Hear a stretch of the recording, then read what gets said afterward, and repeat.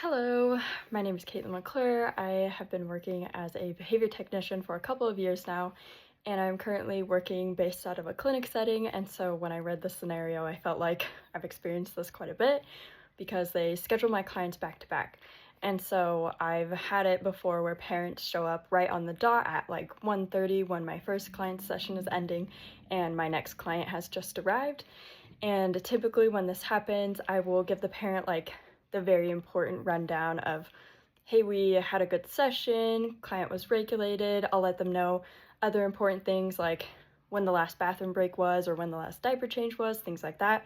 And then I'll let them know, I'm so sorry, I would love to go into more detail with you about the data or about the specific programs. I do have another client who starts right now at 1:30, and so I do need to get to them, but if you want to show up 5 minutes before my client session ends, then I'm happy to touch base with you in more detail about specific programs and specific data that I'm seeing.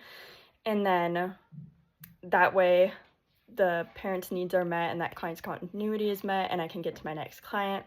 I might also let them know that they can reach out to our supervisors and BCBAs. Normally they already know this, but it can be helpful to mention that they are able to be reached via email and that they can also set up Zoom meetings or in-person meetings with those supervisors and BCBAs as an additional resource to address any questions or concerns about that client, and then I can get to my next session. And I found personally that this helps me to be a better BT, that I can honor that first client's continuity while also getting to my next client and honoring their schedule, and that parents are respectful of this and responsive to these boundaries that I set, and they will show up the next session on time.